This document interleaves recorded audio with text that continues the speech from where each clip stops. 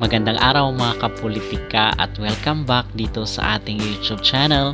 Sa vlog na ito ay ating panonoorin itong video ni Mr. Nawat kasi nagsalita na po siya dito sa kanilang alitan kontra dito sa Miss Grand Cambodia. And meron nga pala tayong update kasi some of the Cambodians ay sinusuportahan itong ating pambato na si CJ Opiaza dito sa naganap na Miss Grand International.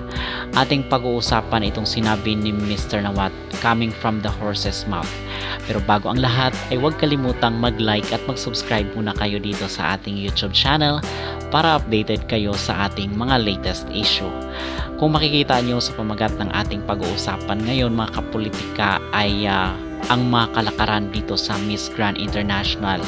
At ang sinabi dito ni Mr. Nawat kasi napag-usapan natin doon sa ating previous video ang totoong istorya dito sa naganap na pag-back out at pag-pull out, pag-ban ng Miss Grand dito sa Cambodia.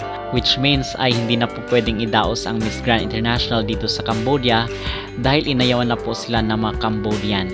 So dito sa interview ay sinabi ni Mr. Nawat na kung saan ay nagbayad daw ng almost 1 million baht itong Cambodia para dito sa kanilang Miss Grand International. And wala daw siyang pananagutan kasi ang Cambodia daw mismo ang nag-ayaw at talagang nag-back out dito sa kanyang beauty pageant. Thank you so much for country national director fee for 2025. They did pay already in my pocket. Almost 1 million baht gone. Why? You statement by yourself to withdraw. If I statement, maybe I have to pay. But you not smart enough. นี่เขาเรียกว่าโง่เอ้าถูกไหมล่ะไปขึ้นศาล Makikita na kung saan ay walang regards itong si Mr. Nawat sa feelings or sa damdamin ng mga taong kanyang nasaktan. At dito sa kanya ay makikita natin masasabi na kung saan is pera-pera na lang. And on the other hand naman mga kapolitika, dahil dito sa pagban ng mga Cambodian dito sa kanyang beauty pageant na Miss Grand International ay karamihan ngayon sa mga Cambodian ay suportado na itong ating pambato na si CJ Opiaza.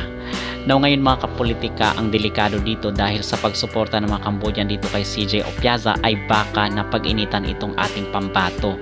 Okay, at idagdag mo pa na kung saan ay sinasabi ng mga netizen doon sa ating mga previous video na baka tayo ay pag-initan daw ng Mr. Nawat dahil nagsasalita tayo against him.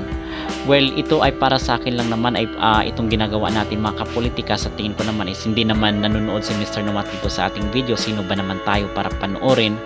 At itong ginagawa natin ay parte po ng freedom of expression.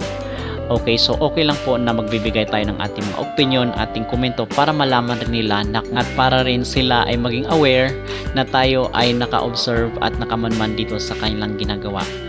And on top of that mga kapolitika, atin ring pag-uusapan at panonood itong previous video, throwback video ni MJ Lastimosa dito na kung saan is tinanong niya yung kanyang kasamahan kung ano nga ba yung pinaka-worst na beauty pageant mga kapolitika, at ito yung isa sa mga rason kung bakit lagi talagang napag-iinitan ang mga Pinoy dahil dito sa naging pahayag ni MJ Lastimosa. Ating panonoorin itong kanilang throwback video. Kayo na po ang bahalang humusga. Ano ang inyong masasabi? Mag-comment down below. Worst pageant in the Philippines. Uy! Sige na, fearless ito. Hindi ka namin i-quote, promise. Wait! Miss Grand? International o Philippines? Philippines! And international! Most questionable win